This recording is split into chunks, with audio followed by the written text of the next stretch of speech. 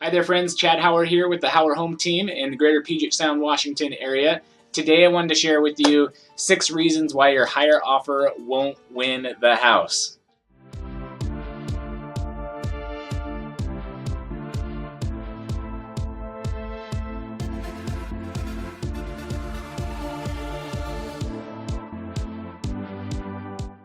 So if you're like many people in today's market, it can get kind of frustrating. You want to win the house and you make as high of an offer as you can, and you leave not winning the house scratching your head and saying, what do I have to do to win a house in this market? Well, I'm going to give you 6 tips to help you with that, because it's not always about the highest offer. There's a big difference between being the highest offer and the strongest offer. So here's some suggestions to come in as the strongest offer.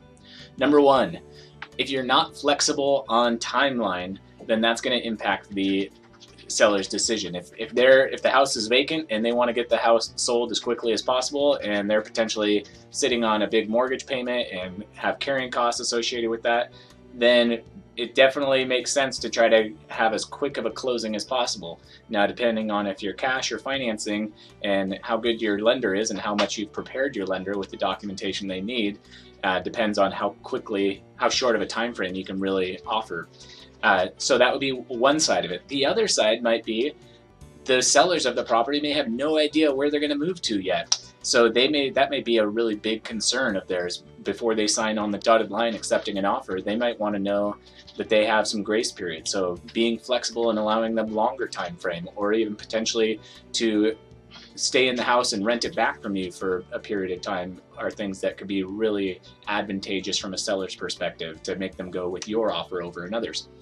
So number 2, you don't have your paperwork squared away. That's a huge one. If you aren't pre-approved, we talk about this a lot and it's really, really important, then your offer isn't going to hold any weight or credibility with that seller. So be sure that you've taken the time up front to get a pre-approval letter from your lender and submit the documentation that they need to have you pre-approved. Without that, it doesn't matter how good your offer is, because there's no substantiating if it will actually go through or not if it's financed. Number 3, you're asking for too many contingencies and concessions. So keep that in mind.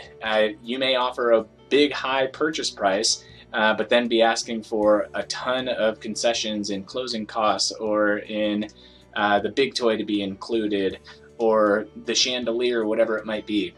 So keep those sort of things in mind, that if they wanted them to be included, they probably would have included it in the first place. Number 4, you're requesting too many things to be included, like that chandelier, for example. So if the seller specifically says chandelier is excluded from this property, I don't recommend throwing it in there if you're really wanting to win the property, when they've clearly stated that it's, maybe a family heirloom or has some sentimental value to them. Don't lose an entire house over something like that. Number 5, you haven't expressed your love for the house. That can be so important, especially if you're competing for the property and somebody else has an offer on it, and they've expressed, maybe they're not able to go as high as your offer was.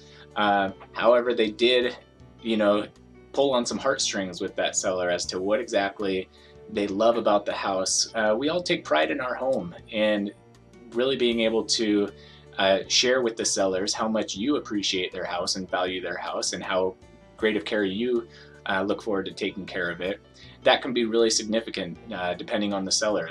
So keep that in mind, making sure that they understand if you love their house, make it known. It's okay. And number 6, you gave up after your offer was rejected. So don't give up if you get rejected once. It's a process of negotiations, going back and forth, coming to an agreement. So just because your offer didn't get accepted the first time around, don't just say, well, it wasn't meant to be. It could very well be meant to be if you keep the conversation going. So we see that far too many times, where opportunities are missed simply because somebody was countered and got offended by a counter, and rather than pursuing it and keeping the conversation alive, they missed out on their dream home. So I hope that's helpful for you. I want you to be able to get your dream home and not just focus on spending as much money on it as possible. I want you to be able to get a strong offer in there and hopefully save a lot of money through the process.